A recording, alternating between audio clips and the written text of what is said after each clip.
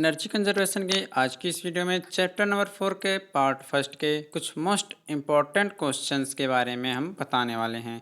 इसमें आपको जो कुछ भी है पूरा थियरी भी बताया जाएगा, जिस क्वेश्चन में जैसी आवश्यकता पड़ेगी उन सब के बारे में थोड़ा थोड़ा बताया भी जाएगा, जिससे आपका कॉन्सेप्ट क्लियर हो जाए।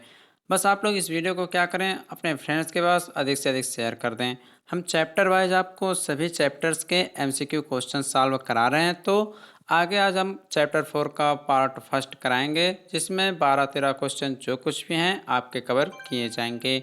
आप लोग वीडियो को पूरा ज़रूर देखा करें। टेलीग्राम पर हम शेयर करते हैं, तो वहाँ से आप लोग अपने सभी फ्रेंड्स के पास भी शेयर कर दिया करें। चलिए क्वेश्चन नंबर फर्स्ट हम अपना देखते हैं। देखिए क्वेश्चन नंबर फर्स्ट आपका एक कह रहा है कि एक पंप में इम्पेलर के व्यास बढ़ने से क्या इफेक्ट पड़ता है। इम्पेलर मतलब क्या होता है, प्ररोधक जिसे बोलते हैं। आपने पंप को देखा होगा, पंप में आपने देखा होगा, मान लीजिए अगर ऐसे शेप का अगर रहता है ऐसे किस प्रकार, तो यहाँ पे आपका एक इम्पेलर लगा होता है। ठीक, अगर उसका व्यास बढ़ जाता है तो जो भी आपका हीट पंप या कोई भी पंप अगर रहता है तो क्या होता है, अगर वाटर पंप ही ले लिया जाए तो क्या होता है कि उसके प्रवाह में वृद्धि होने लगती है। अगर उसके इम्पेलर का अगर व्यास बढ़ता है, अगर किसी भी पंप के इम्पेलर का डाया बढ़ाया जाता है तो क्या होता है, उसके प्रवाह में मतलब जो कुछ भी लिक्विड रहता है उसके फ्लो में वृद्धि होने लगती है। तो इसका राइट आंसर हो जाएगा ऑप्शन नंबर ए कि अगर पंप का इम्पेलर का डाया बढ़ता है तो उसके प्रवाह में वृद्धि होगी। तो इसका फर्स्ट ऑप्शन सही हो जाएगा। आपको बता दें, जो भी आपका पंप होता है उसके कुछ मेन पार्ट होते हैं पंप के भाग के, जिसमें इनलेट होता है, आउटलेट होता है, इम्पेलर होता है, ये सब मेन पार्ट होते हैं। ठीक, तो इसका राइट आंसर हो जाएगा ऑप्शन नंबर फर्स्ट। चलिए सेकंड क्वेश्चन देखते हैं। सेकंड क्वेश्चन आपका कह रहा है कि पंपिंग सिस्टम में बड़े व्यास के पाइप को स्थापित करने से किस में कमी आती है। देखिए आपका स्टैटिक हेड भी लगा होता है, डायनामिक हेड भी लगा होता है, घर्षण हेड भी लगा होता है, तो बहुत सारे हेड आपके लगे होते हैं पंप में। ओके, तो इसमें एक कह रहा है कि पंपिंग सिस्टम में अगर बड़े व्यास के पाइप को अगर हम वहाँ पे लगा दें, बड़े डाया का अगर हम पाइप लगा देते हैं तो आपके स्टैटिक हेड या डायनामिक हेड में क्या इफेक्ट पड़ेगा। तो ध्यान से सुनिए, ऑप्शन के अकॉर्डिंग इसमें पूछा यही है कि पंपिंग सेट में अगर हम बड़े व्यास का पाइप स्थापित करते हैं, बड़े व्यास का अगर हम पाइप लगा देते हैं तो उसका जो डायनामिक हेड होता है उसमें कमी आ जाती है। देखिए एक होता है स्टैटिक हेड जो कि आपका स्थिर रहता है पंप में, एक होता है डायनामिक हेड जो कि मूव करता रहता है। तो देखिए अगर इस पंपिंग सेट के हम बड़े व्यास का पाइप लगा देते हैं तो डायनामिक हेड में कमी आ जाती है। तो इसका राइट आंसर हो जाएगा ऑप्शन नंबर बी। अगला क्वेश्चन आपका कह रहा है कि पंपिंग सेट में बड़े व्यास के पाइप को अगर स्थापित करते हैं तो क्या इफेक्ट पड़ता है। तो देखिए ऑप्शन पे आपका आंसर निर्भर है। पहले में तो आपका डायनामिक हेड में कमी आ गई थी, लेकिन एक होता है आपका घर्षण हेड भी होता है, फ्रिक्शन हेड भी होता है, उसमें भी आपकी कमी आती है। अगर क्वेश्चन पूछता है पंपिंग सिस्टम में बड़े व्यास के अगर पाइप स्थापित करते हैं तो क्या क्या इफेक्ट पड़ता है, तो फर्स्ट आपका डायनामिक हेड में कमी आएगी, सेकंड आप कहेंगे घर्षण हेड में भी कमी आएगी। तो इसका राइट आंसर हो जाएगा ऑप्शन नंबर डी, घर्षण हेड में भी आपकी कमी आ जाएगी। क्वेश्चन नंबर 4 आपका कह रहा है कि निम्नलिखित में से किस डिस्चार्ज दबाव पर एक ही पारस्परिक वायु कंप्रेसर अधिकतम बिजली की खपत करेगा। मतलब किस डिस्चार्ज प्रेशर पे जो आपका कंप्रेसर होता है वह अत्यधिक बिजली खपत करेगा। तो राइट आंसर हो जाएगा 90 psi। 90 psi पे जो आपका कंप्रेसर होता है वह सबसे अधिक बिजली की खपत करने लगेगा। क्वेश्चन नंबर आपका 5 उसको देखते हैं। चाहे कोई क्वेश्चन हो, कोई डाउट हो या कोई कॉन्सेप्ट समझ में ना आए, तो बोर्ड्स हो या जेनीट हो, पढ़ाई में अगर आपको कोई भी दिक्कत आ रही हो तो उसका सॉल्यूशन है फिलो ऐप। अपने डाउट को किसी भी टाइम क्लियर करें इन दीज 3 इजी स्टेप्स। सबसे पहले इस ऐप को प्ले स्टोर या ऐप स्टोर से आपको डाउनलोड कर लेना है। इसको डाउनलोड करने के बाद इसको आपको अपने फ़ोन नंबर से इजीली साइन अप कर लेना है। जब इजीली साइन अप कर लेंगे उसके बाद आपको जो क्वेश्चन समझ में ना आ रहा हो उस क्वेश्चन का पिक्चर लेना है या उसको टाइप करके सबमिट कर देना है। और जो फिलो ऐप है वह आपको 60 सेकंड में इंडिया के टॉप एक्सपर्ट से लाइव कॉल पर आपको कनेक्ट कर देगा। कहना चाहते हैं कि बल्ब की पावर कितनी है। अगर बल्ब जो है वो 220 वोल्टेज पर ऑपरेट हो रहा है, राइट। इस बैटरी का जो वोल्टेज है वो आपको गिवन है 220। तो ये आपको सिंपल रिलेशन हो गया यहाँ पर। अब अगर कोई आपको और डाउट है तो आप बताइए।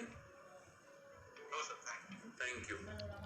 सो guys, it's that simple. If any question just ask Filo. इस ऐप का डाउनलोड लिंक नीचे डिस्क्रिप्शन में है, सो डाउनलोड फिलो नाउ। अगर आप लोग फिलो ऐप में एक्स्ट्रा 10% तक का डिस्काउंट पाना चाहते हैं तो स्क्रीन पर दिए हुए कोड को अप्लाई ज़रूर करें। इससे आपको फिलो ऐप में एक्स्ट्रा 10% का डिस्काउंट ज़रूर मिलेगा।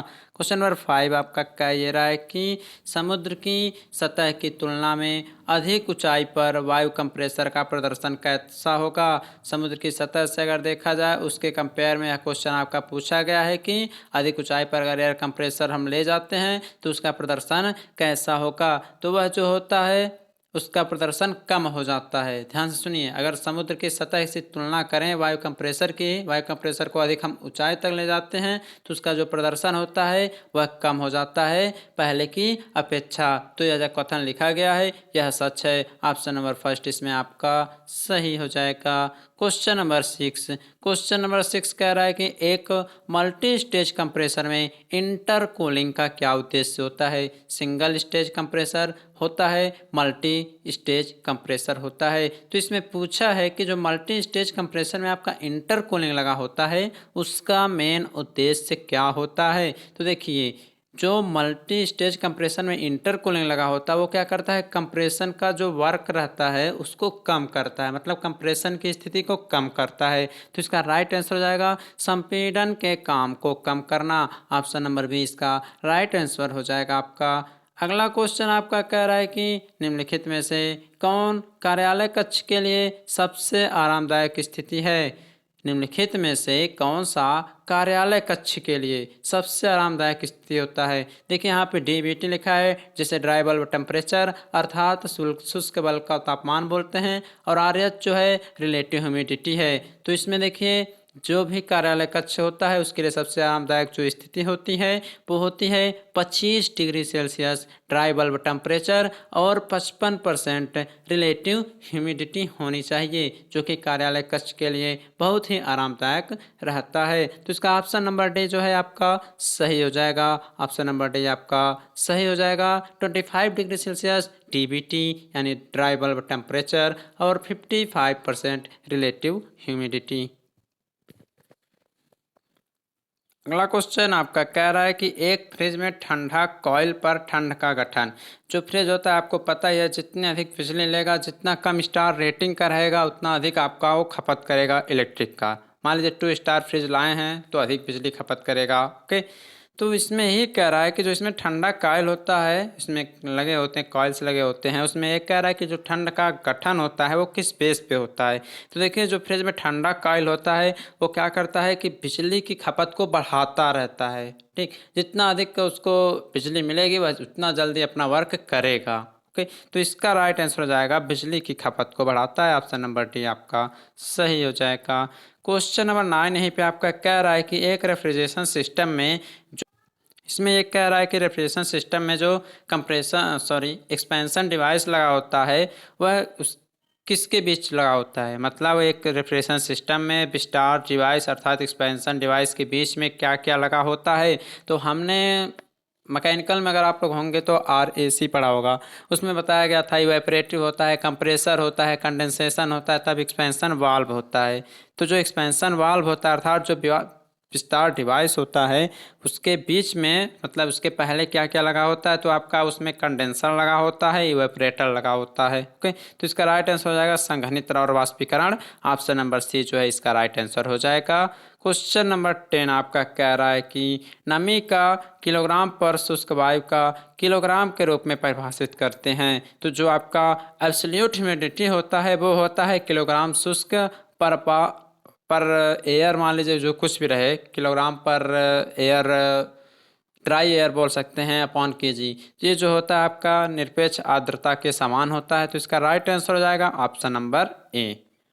अगला क्वेश्चन नंबर 11 आपका कह रहा है कि जो कंप्रेसर होता है उसमें एक ड्रायर लगा होता है, जिसका कार्य क्या होता है। तो जो कंप्रेसर होता है उसमें एक ड्रायर लगा होता है। ड्रायर का मतलब क्या होता है? ड्रायर का मतलब सूखा करना होता है। तो इसका काम जो होता है वो होता है आफ्टर कूलर के डाउन स्ट्रीम पर नमी निकालने। मतलब ये होता है कूलिंग के पश्चात इसमें जो कुछ भी नमी होती है वेपर्स में, स्ट्रीम में, उसको यह निकालने का कार्य करता है कौन? जो कंप्रेसर में आपका ड्रायर लगा होता है। तो इसका राइट आंसर हो जाएगा ऑप्शन नंबर डी। बचे हुए क्वेश्चन जो हैं आपको अगले वीडियो के माध्यम से प्रोवाइड कर दिए जाएंगे। इसके पहले अगर आप लोग इस वीडियो को अच्छा सपोर्ट करते हैं तो जल्द ही वह वीडियो भी आपकी आ जाएगी। हम चैप्टर वाइज आपको ऑब्जेक्टिव टाइप क्वेश्चन बता रहे हैं, जो कि कोई नहीं बता रहा है। तो हर चैप्टर से जितने क्वेश्चन बन रहे हैं सब कुछ आपको बताया जा रहा है। बस थोड़ा सा आप लोगों को सपोर्ट दिखाने की आवश्यकता है। सपोर्ट करते रहिए, आपको रेगुलर वीडियोज़ मिलती रहेंगी। धन्यवाद।